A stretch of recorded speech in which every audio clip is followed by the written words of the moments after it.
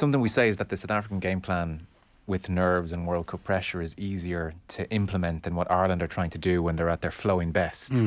And so I wonder, will they take a lot from the weekend and be more able to handle it come World Cup quarter-final or semi-final or beyond, touch wood?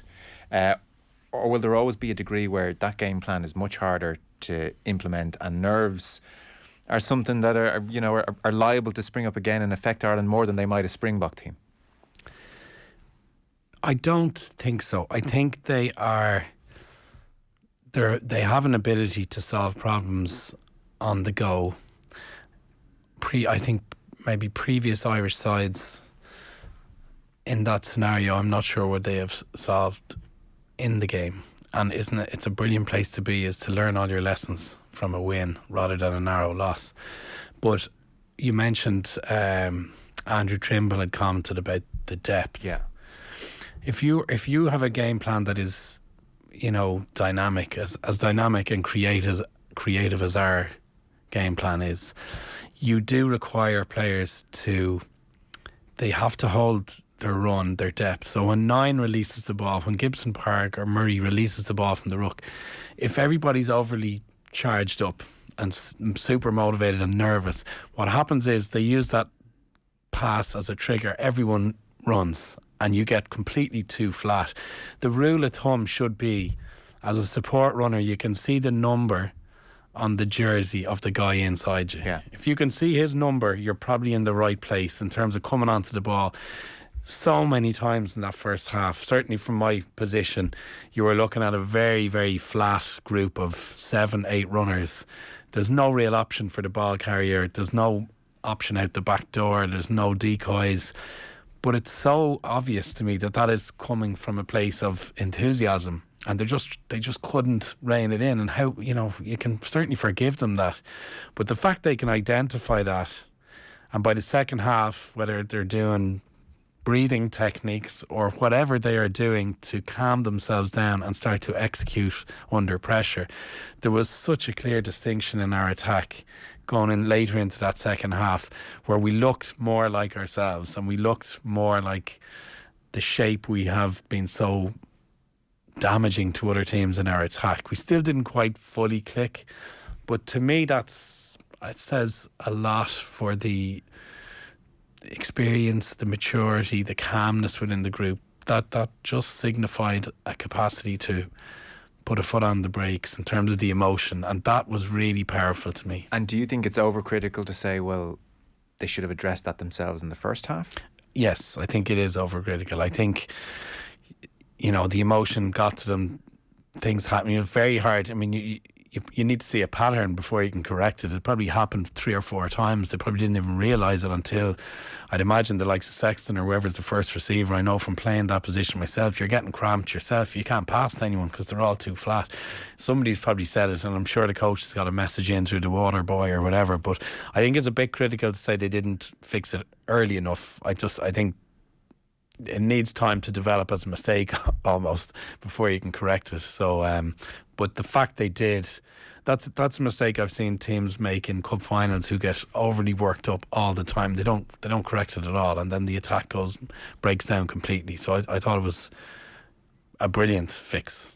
The other thing I thought they did as well, I'm sure you will agree with me, is that I really love the way they used the blind side in the last quarter. I don't think any team in the world uses the blind side as well as Ireland did. They did the same in Murrayfield. So well. And the temptation always is against 14 men. Oh, got to use the width. Let's use the whole width of the pitch. And then particularly against 13. Oh, we've got to use the... And they didn't. And Bundy had a really good game. His footwork was outstanding as well as his strength. I mean, I thought that might be a draw with Manu Tulago, which would be a result for us. In actual fact, it was a win for Bundy, I thought. And then Gibson Park kept going back blindside, using Mac Hansen as a playmaker. I think all 3 tries came in the blindside. Could I throw an addendum to that? Yeah. Because chatting with Matt about that yesterday, we were in doing the 20s game and just still basking in yesterday. And he was saying Gibson Park and Ireland did that all game. They'd go 2 open side and back blind side. And his point was, if you look at end on end, England, like a lot of teams now, are so terrified of how quickly Ireland can get all the way out to the open side touchline that they are abandoning the short side a little early to scramble across, and then Ireland come back and take advantage. So against a lesser team, he was making the point, Andy, other teams might be less inclined to scramble to cover the open side because they would think, well, let's see how good you are, how quickly can you get across. Whereas with Ireland, they're looking over at James Lowe way out there and they're saying, Christ, these lads will move the ball quickly, we better get moving, and then bang, blindside opens up. So like, it's extra weaponised because Ireland can go all the way out to low if they need to. And also, very quickly, they often have 2 pods ready set up on the open side as well. So you are keeping the open side honest. Yeah. Because it's a great... Every time there's a 2-man clear out and Gibson Park gets the ball, there are 13 players all serving a purpose. But the wonderful strategic side of it is, if you're the England team and you're down a man and Ireland have the ball out near a touchline, it doesn't matter a huge amount that you've lost a man in that scenario, because you've got a flat line of about 9, 10, 11, 12 players who can rush up.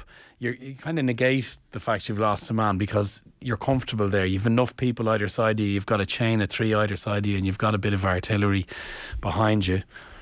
It's when the ball goes into midfield that you're exposed, because the back 3, or the back 2 in this case, because Freddie Stewart's no longer there, they're completely exposed in the backfield, and you've just a ruck in the middle. You don't have a line of 7, 8, 9 players that you feel very comfortable in. A lot of defenders feel comfortable with numbers. When they start getting edgy, it's when there's 2 to 3 on a short side with a lot of space and no one in behind you.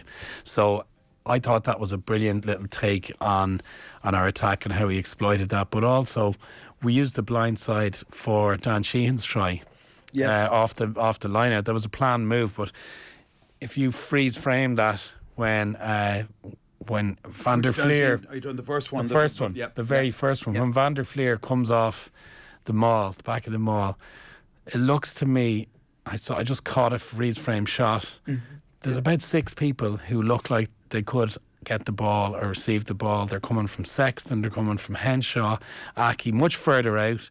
There's a man inside Van der Fleer, and then there's two on the blind side and one Gibson moving Park to the blind low, side, Gibson both, Park. so there's literally about 7 people who look like they're going to get the ball. But how did it look so easy that we created space for Dan Sheehan? There's about 7 other people being completely man-marked, and we just flicked it into Sheehan. That was wonderful use to the blind side as well.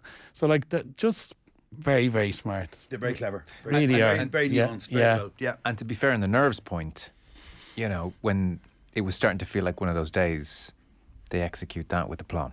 Yeah. I mean, did Van der Fleer even look? The timing of Sheehan's run onto the ball, it straight off the training ground. It couldn't have been more perfect.